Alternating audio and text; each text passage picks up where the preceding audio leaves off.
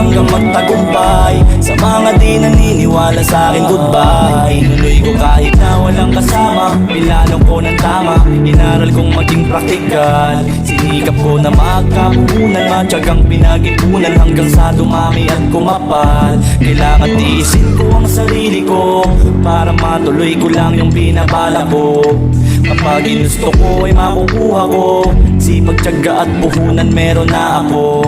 Ginawa kong almusal ay tanghalian, pinaglipan ko muna ang pagtambay ng panandali. At pawis ang ipinuhunan at ginilusan pa para sa maganda kong kinabukasan. Di mahalaga ang pahingang nawawala kung ang kapalit naman ay nakikita ng mata. Nagnegosyo tumayo sa sariling mga paa at nakatulong pang kumita sa aking papa at makain ng grind, samahan ng vibe, discarding malupit hanggang mapasa kamay. Hindi ako